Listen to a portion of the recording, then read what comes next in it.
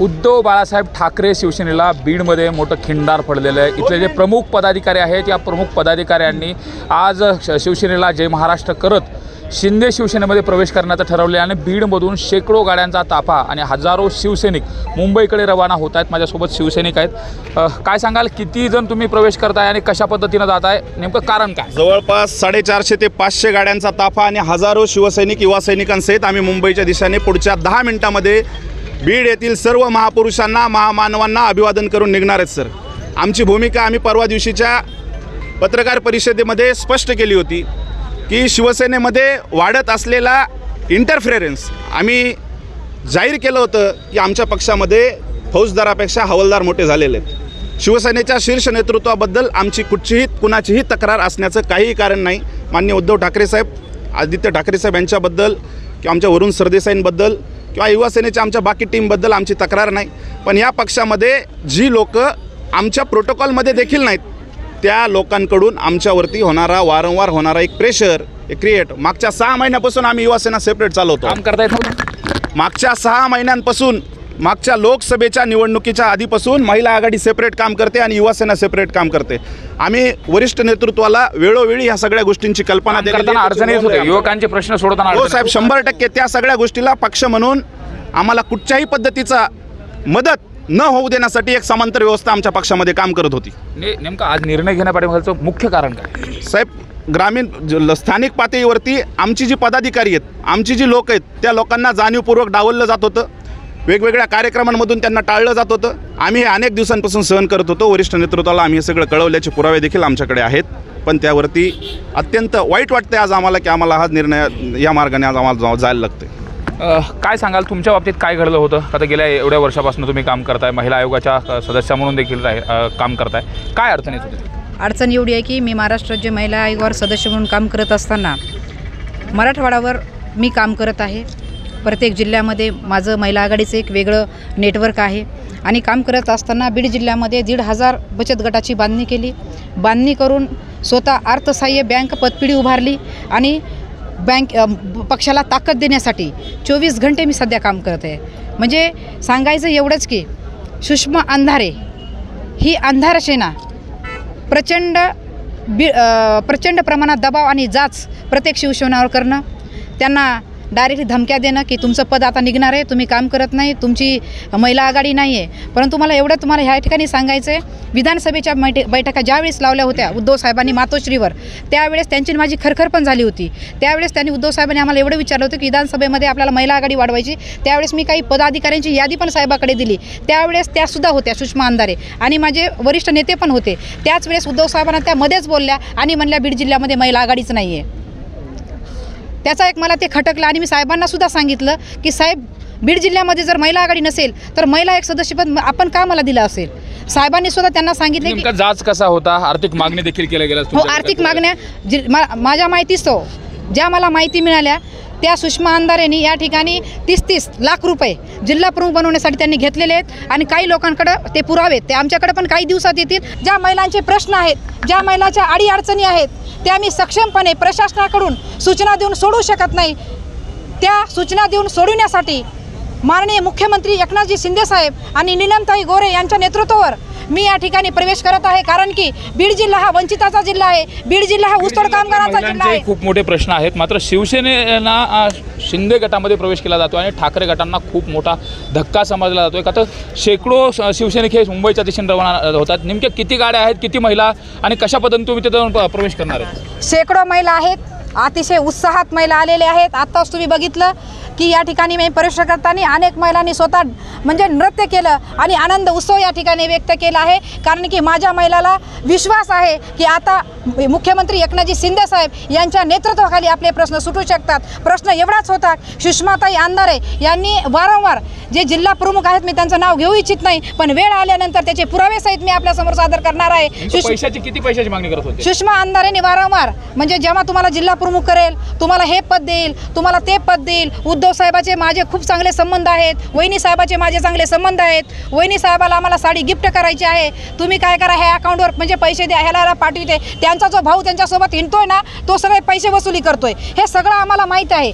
आणि तुम्हाला माहीत आहे तर केजमधला जो जिल्हा प्रमुख आहे कुंटणखाना चालवणारा, हे आम्हाला माहीत होतं. परंतु उद्धव साहेबाचा आदेश असल्यामुळे आम्ही आमच्या पक्षामध्ये एकच आहे की प्रोटोकॉल पाळला पाहिजे, शिस्त पाळली पाहिजे. सन्मान दिला जात नाही, अजिबात नाही, अजिबात नाही. माझ्या महिला आघाडीला ज्या महिला आहेत त्यांच्या माझ्याकडे पुरावे देखील आहेत. तो जो जिल्हा त्यांनी तालुका प्रमुख त्यांच्या सहमताचा, त्यांची वसुली करणारा तालुका प्रमुख, त्यांची वसुली करणारा जिल्हा प्रमुख, अशा लोकांना त्यांनी पदं दिले आणि बीड जिल्ह्याची शिवसेना त्यांनी संपून टाकलेली आहे. त्याच्यामुळे त्या जाताला कंटाळून नाही, त्यांच्या जाचाला मी तर कंटाळून जातच आहे. परंतु जे त्यांचे पद म्हणजे आमदार सेनेचे प्रमुख जे आहेत त्या ठिकाणी रत्नाकर शिंदे आणि बालासाहेब शेख, हे माझ्या महिला आघाडीला ड्रिंक करून दारू पिऊन या ठिकाणी फोन करतात रात्री अवरात्री, त्याचे सुद्धा पुरावे आमच्याकडे आहेत. आणि विनाकारण जिल्हा संघटक म्हणून मला इथे टार्गेट करण्याचा प्रयत्न केला जातो, कारण की सुषमा अंधारेला ही संघटना माहीत नाही, संघटनेचं त्यांना तिळमात्रही कळत नाही. अशा पद्धती सुषमा अंधारे ह्या पक्षाला अंधारात घेऊन गेली होती. आणि आम्ही या ठिकाणी संताप व्यक्त करतोय. नेमकं खूप मोठ्या प्रमाणात आता शिवसेना उद्धव बाळासाहेब ठाकरे करताना धक्का आहे.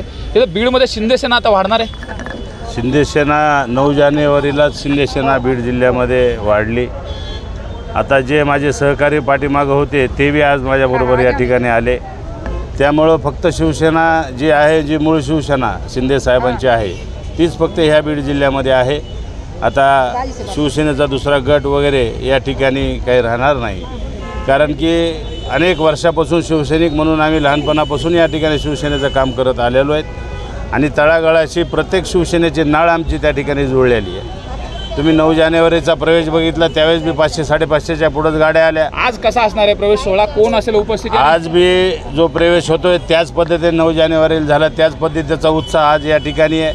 महिला आघाडीच्या जिल्हा संघटक आणि महिला आयोगाचे सदस्य संगीता चव्हाण, युवा सेनेचे गजानन कदम, युवा सेनेचे जिल्हा प्रमुख रवी बडे आणि आमच्या महिला आघाडीच्या युवा सेनेचे सर्व पदाधिकारी आज प्रवेश करतायत.